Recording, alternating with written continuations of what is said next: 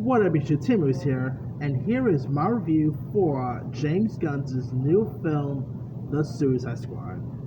Now, of course, the first film premiered all the way back in 2016, and I didn't mind the first one. I found it to be really entertaining. It was pretty fun, and so when they announced that James Gunn was on board to do a second one, I'm like, okay, sign me on board. Because if you guys don't really know about the whole drama of why James Gunn, did Suicide Squad, it's because there was like some like a couple of years ago there was like these old tweets that he tweeted out, and he ended up getting fired by Bob Iger to not do Guardians, and so Warner Bros. Came up to him and asked him, hey, we'll give you any comic film you want. You want Superman, we'll give you Superman, etc.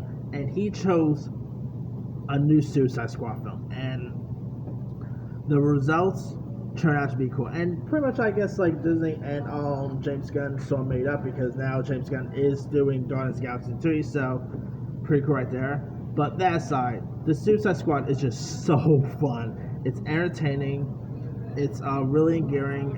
Margot Robbie back as Harley Quinn. I'm sorry, I think Margot Robbie, to me, she is so perfect as Harley Quinn.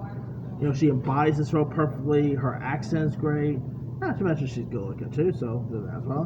But man, Margot Robbie is just terrific. And of course, you had Idris Elba as Bloodshot. King Shark really stole those scenes. One other person that really surprised me was Ratcatcher. The girl who plays her, I think her name is Danella something. McGeller, I think her name is. I can't remember how to pronounce her name or anything. But I thought she was great as Ratcatcher number 2. John Cena, by the way, as Peacemaker. After watching this, I'm more excited to check out the Peacemaker series for HBO Max.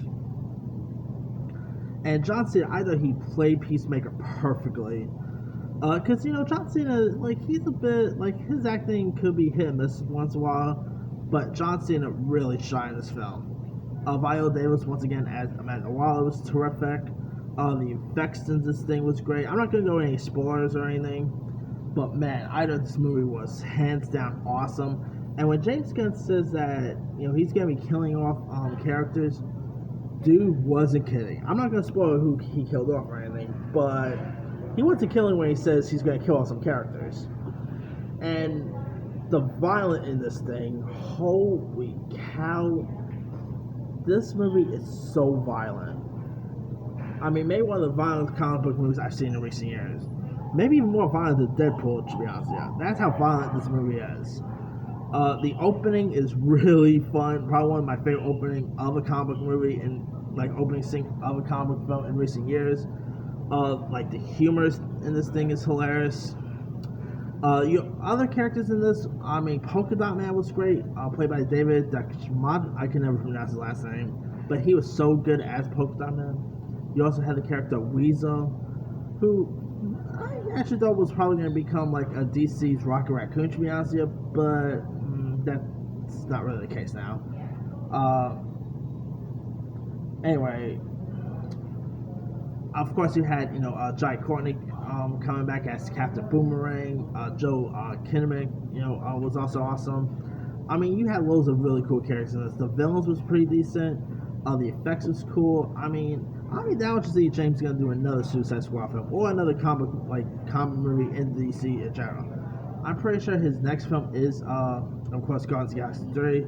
But hey, I'll be down to see him tackle more comic films like this, and more hard armor stuff, because this definitely feels like a James Gunn film. You definitely has it has a James Gunn aspect to it.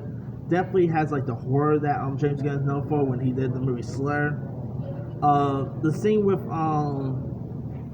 the detonator in their head, that definitely reminds me of the of the plot of his writing movie, The Falco Experiment, in a way.